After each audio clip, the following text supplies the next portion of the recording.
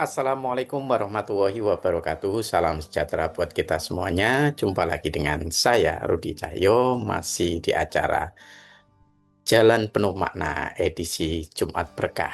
Hari ini saya akan membahas tentang ketakutan, was-was, dan keimanan kita. Nah, seringkali kita dalam kehidupan sehari-hari itu kan dibayangi oleh perasaan was-was atau mungkin kita takut terhadap sesuatu ya. Nah, ini ada beberapa kata kunci yang perlu saya berikan pemahaman terlebih dahulu ya. Untuk yang pertama, saya tadi ada mengatakan ya, dibayangi oleh rasa takut, dibayangi oleh rasa cemas, atau dibayangi oleh rasa was-was. Nah, ada kata dibayangi di situ.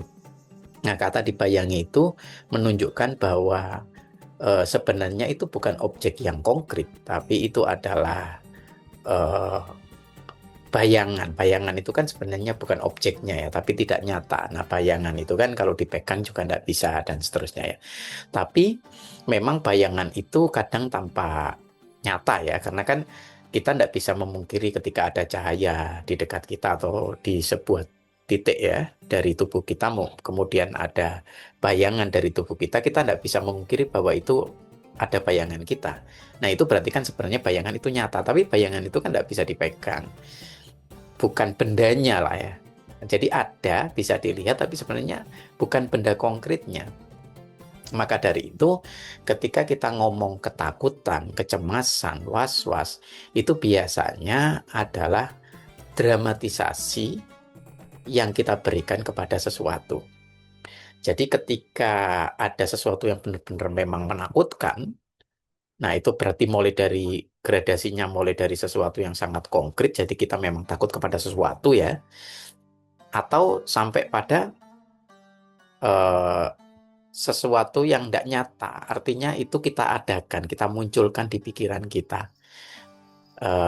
Dan bisa juga gradasi ini kan ada di antaranya, ada di tengah-tengahnya. Jadi benda yang kita takut itu ada, nyata memang.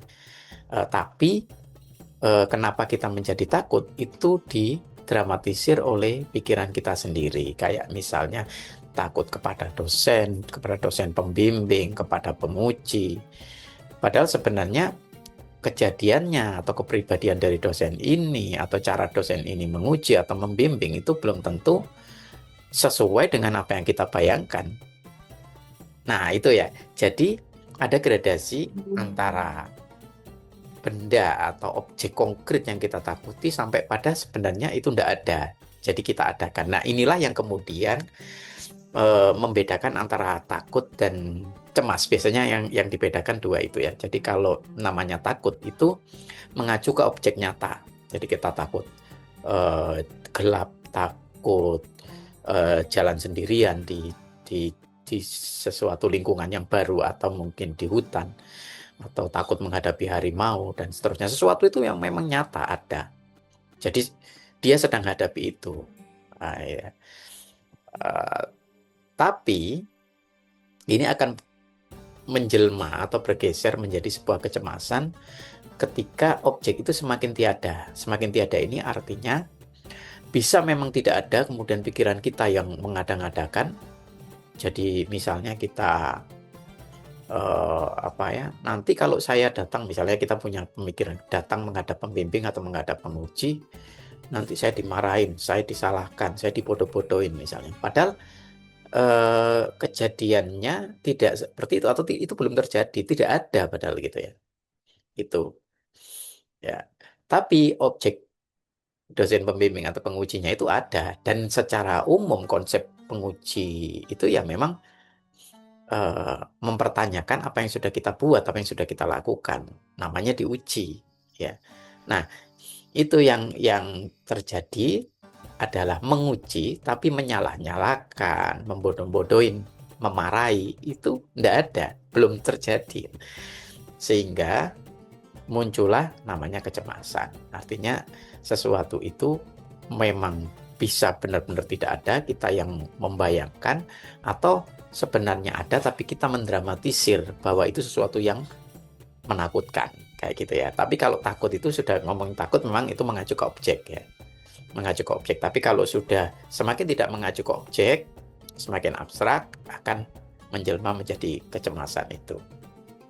Nah, tetapi ngomong-ngomong soal ketakutan, kecemasan dihubungkan dengan iman, itu berarti ngomong tentang ketakutan alamiah, ngomong ketakutan kepada zat yang memang layak untuk kita takuti, dan ketakutan kepada sesuatu objek yang fana ya, yang makhluk lah ya, yang lemah. Nah, kemudian itu bisa mempengaruhi keimanan kita. Kalau kita takutnya kepada Allah, nah, itu berarti semakin menguatkan keimanan kita. Ya. Kalau takutnya kepada selain Allah, kepada makhluk, nah itu semakin melemahkan keimanan kita. Nah, dalam kehidupan sehari-hari kita itu kan kadang takut kepada, yaitu tadi ya, kepada orang, kepada benda, kepada penguji, pembimbing. Tapi lebih parah lagi, hal itu bergeser ke kecemasan, artinya sesuatu yang semakin abstrak buat kita, tapi itu seolah-olah nyata, seolah-olah ada. Nah, itu menjadi kecemasan, menjelma jadi kecemasan. Nah, hal-hal yang abstrak inilah yang menjadi senjata bagi setan untuk menyaingi Tuhan.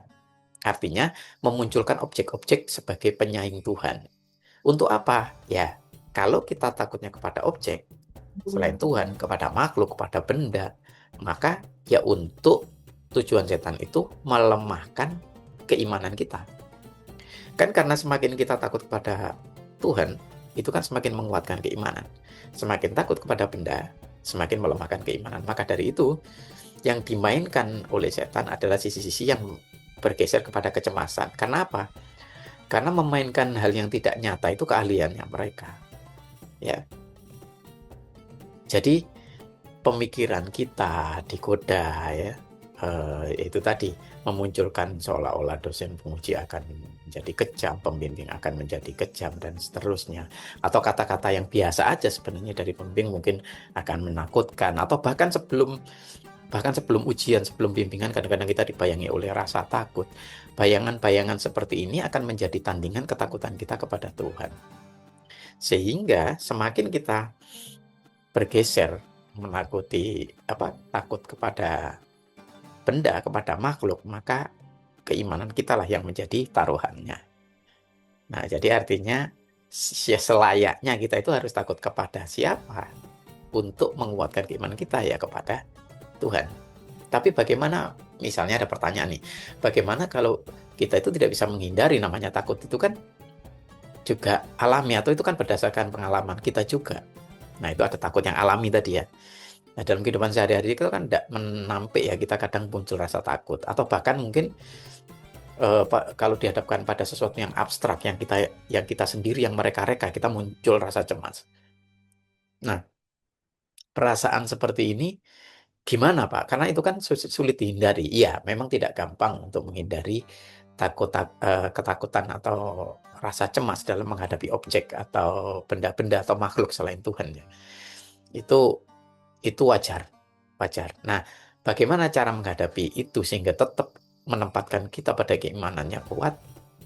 Ya, mengembalikan lagi pada yang menciptakan takut. Jadi kalau misalnya kita takut diuji, itu wajar. Karena apa? Ya karena kembalikan lagi bahwa rasa takut itu sendiri Allah yang menciptakan. Sehingga kita nganut atau ikut aja pada takdirnya Allah. Kalau kita ditakdirkan takut pada saat itu, kita ikut aja pada takdirnya Allah. Dalam artian, ketika kita menempatkan bahwa ketakutan itu ada yang menciptakan, dan yang menciptakan itu adalah Tuhan, maka sebenarnya kita itu sedang berada pada koridor yang masih benar. Artinya, kita takut pada ciptaannya Tuhan. Berarti kan Tuhan yang lebih layak sebenarnya untuk ditakuti, meskipun ada perasaan-perasaan takut yang lain gitu loh. Artinya ketakutan ini dikembalikan kepada pencipta rasa takut. Sehingga kita jatuhnya tidak menjadikan rasa takut itu sebagai komplain, sebagai sesuatu yang dikeluhkan, tapi lebih berpikir lebih positif. Karena apa? Karena takut itu sendiri yang ciptakan Tuhan. Nah, ketika yang menciptakan Tuhan, kembali lagi bahwa apapun yang diciptakan oleh Tuhan itu sama sekali tidak akan pernah sia-sia. Artinya punya tujuan. Hanya kita aja yang mungkin tidak tahu alasan dibalik sebuah penciptaan. Sama kayak kita protes ya, kok ada nyamuk sih, wong nyamuk itu menghisap darah dan bisa menyebabkan demam berdarah. Ya, dibalik itu Tuhan menciptakan sesuatu atas pertimbangan, lalat atau apapun lah yang mungkin cacing misalnya.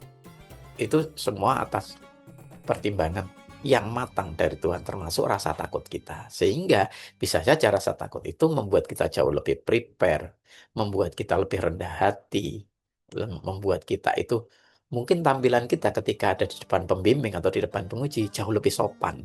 Karena ada rasa takut itu. Coba kalau misalnya rasa takut itu tidak ada, maka mungkin kita akan sedikit petentang-petenteng atau cengenges-cengenges. Mungkin itu akan malah bernilai negatif di kepalanya pembimbing atau penguji.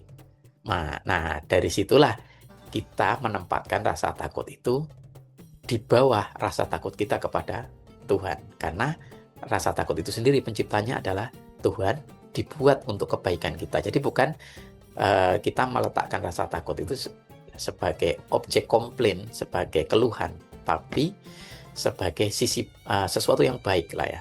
Kita melihat dari sisi baiknya apa yang sudah diciptakan Tuhan buat kita. Demikian dari saya.